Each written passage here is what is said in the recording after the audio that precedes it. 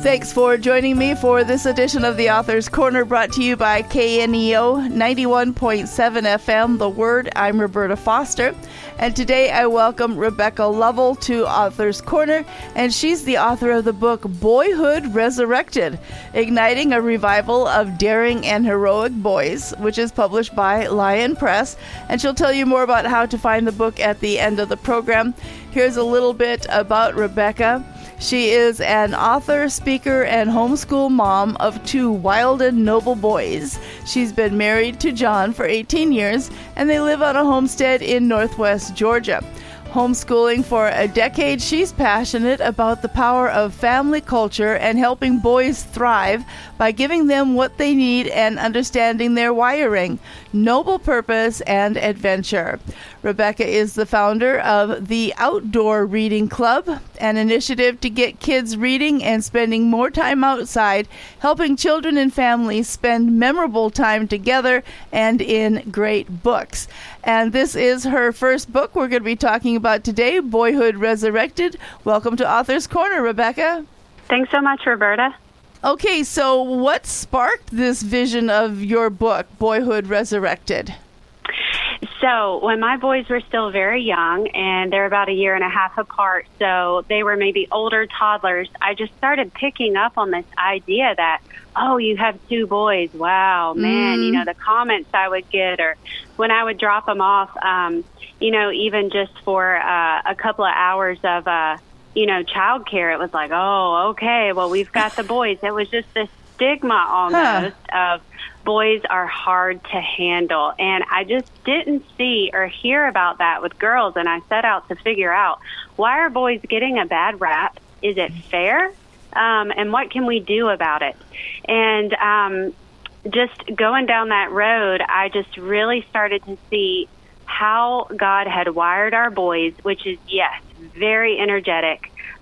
We want them to be daring. We want them to explore, build, create, while also being respectful and disciplined, you know, have the good traits, but we don't want to squash the life out of them when they're young, because these are boys growing up to be men that will lead families and protect our nation, and that's important.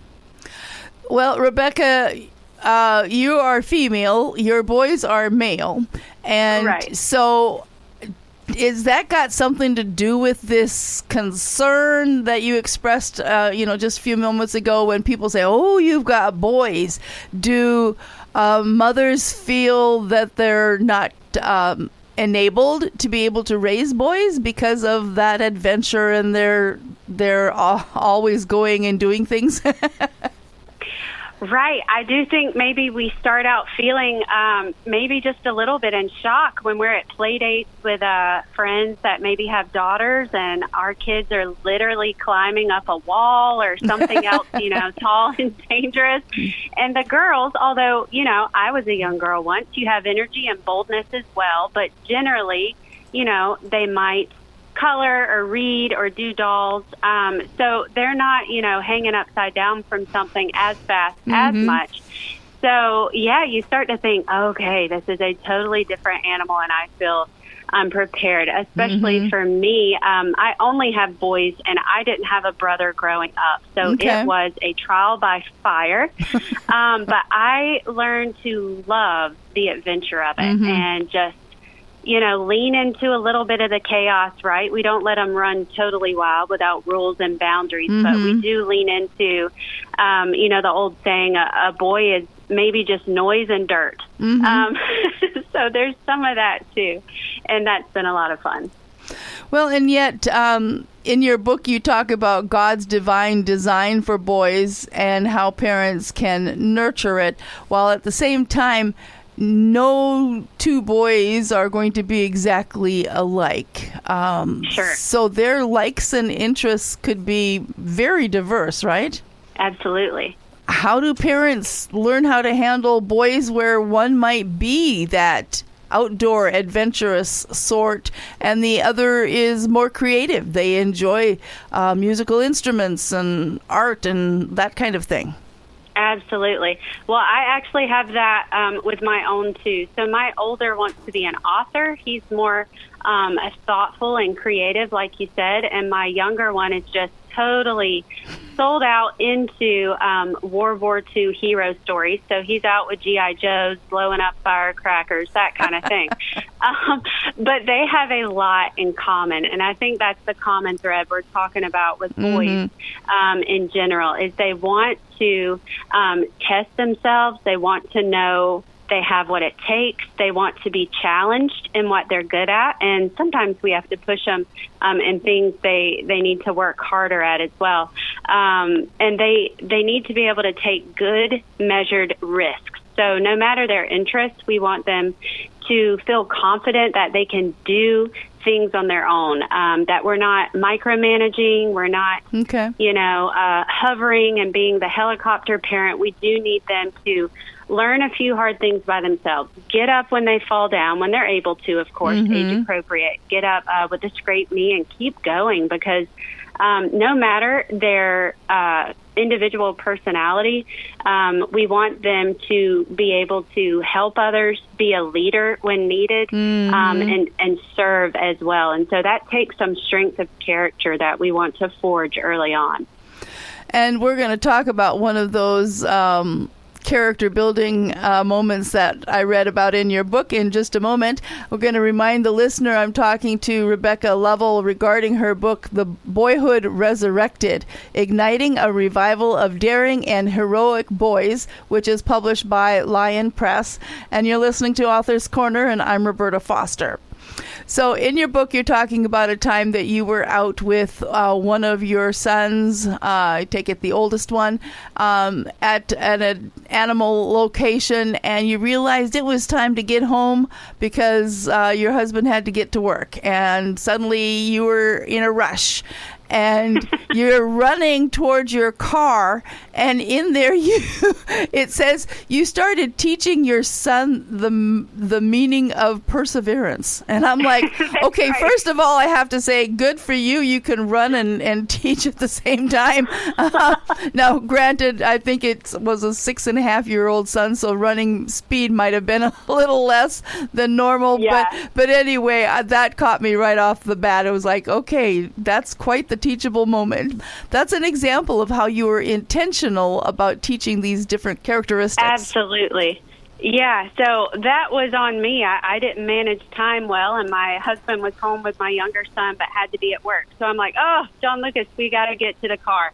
Well, we had parked at this event, and the car was really, really far away. And so I'm like, all right, buddy, we got to jog. And, it's warm. We were in South Georgia at the time, and we were tired. We hadn't had lunch yet. And I'm like, you got to keep moving, buddy, because he was just big enough I couldn't carry him and run with it. So it's just one of those instances of, all right, let's push him a little further than he thinks he can go or than he may want to go, but this is really good for the heart of a boy. And then he feels like he's participated in something good and noble as well. Yeah, we helped Daddy get to work on time. He wasn't waiting on us, and just really little things like that. Yeah.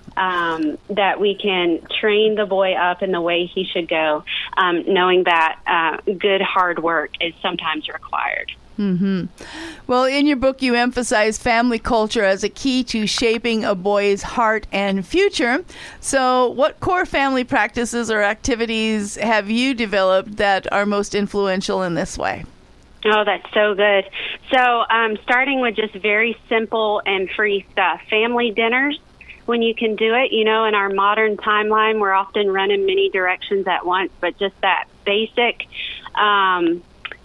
routine of we're going to have dinner on the table and look into each other's faces, share a few things from the day, at least a few nights a week, that we're getting that face time, we're having real conversation. Maybe we're talking about current events as well, or we open the Bible for a couple of minutes together. Whatever we can get in there just to chat and share some face time with each other around the table. Also, we've tried to make reading a big deal from an early age. Okay. And my husband's been great to read aloud to them most evenings, and I would read to them as I can during the day. And so we've made go into the library and use bookstores and just learning through books a big deal as they've grown. So from picture books to chapter books, and now they can even, research or buy bigger books they're really interested in. And so having a meal together and then reading has been really fun. Okay. Well, your book is talking about igniting a revival of daring and heroic boys, and you share that adventure is important in raising up a boy. What about families that don't live in a outdoors environment? They're from apartments and urban settings in maybe the big cities of Georgia and things like that. So how is that possible to build this sense of adventure in a child, a boy specifically? Oh, that's great. Yeah, absolutely. And we've done all of that as well. We've lived in an apartment as a family. We've lived in the suburbs on a cul-de-sac as a family. It's just lately, the past few years, we've lived on land. But so when the boys were younger, we would make it a point to take them to the park whenever we could. So we were just a few minutes from a park where, age appropriate and safety considered. I could see them run at a distance, and they would enjoy the trails there through the woods. They would enjoy, seeing ducks on the pond. They would bring their own games and do there as well. Also, it could just be simple planned trips, maybe throughout the year, every few months, or maybe a couple times a year you go out camping as a family. Or maybe it's like you're packing up and heading to a big sports game you're all excited about. Whatever it is, however you can make it work with where you live and your time and budget and allowance, just doing things that are fun for the heart of your family together, making those memories really special. Okay, so this is kind of a more serious question for you. We're talking about God's design for boys and just who they are, and parents nurturing that. Well, in today's society, perhaps not so much amongst homeschoolers, but certainly in the public school environment, boys and girls are both being challenged with what God's design is for them. Do you have any advice for parents today on how they can confidently instill in their child that a boy is a boy, a girl is a girl? Oh, absolutely. Yeah. So letting your husband, the dad, pour into your son, and then mom pouring into the daughter. So those good gender roles that they're learning at a young age, family roles, what we do, our own tasks, and how we help each other, how we build up the family, that the roles are equally important, equally separate. One is not more important than the other. So I want my son to be able to take leadership, help those who need help, serve others, and be willing to be sacrificial when needed, right, in the family. And I would want a daughter to lean into those things as well, but also be nurturing, helping bring along those younger siblings, helping pour into the family in different but equally important ways. So today I've been talking with Rebekah Lovell about her book, Boyhood Resurrected, Igniting a Revival of Daring and Heroic Boys. And so before you leave us, Rebekah, tell our listeners how they can find out more about your book.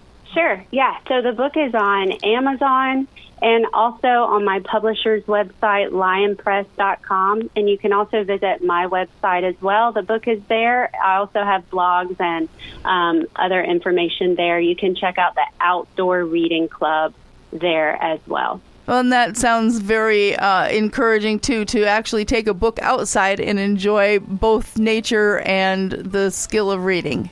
Exactly. It's really fun. The two best things blended together. All right. So one more time, the book is Boyhood Resurrected, Igniting a Revival of Daring and Heroic Boys. And I've been talking with Rebekah Lovell. And we certainly thank Lion Press for providing a copy of the book to talk about today. Rebekah, thank you so much for being with us and encouraging our parents on how to raise up boys to be daring and heroic. Thanks so much, Roberta. Appreciate it. And to our listeners, if you'd like to hear this interview again or share it with another, you can find it on your favorite podcast platform or through kneo.org. So thank you so much for tuning in. This is Roberta Foster on the Author's Corner. Join me again next time.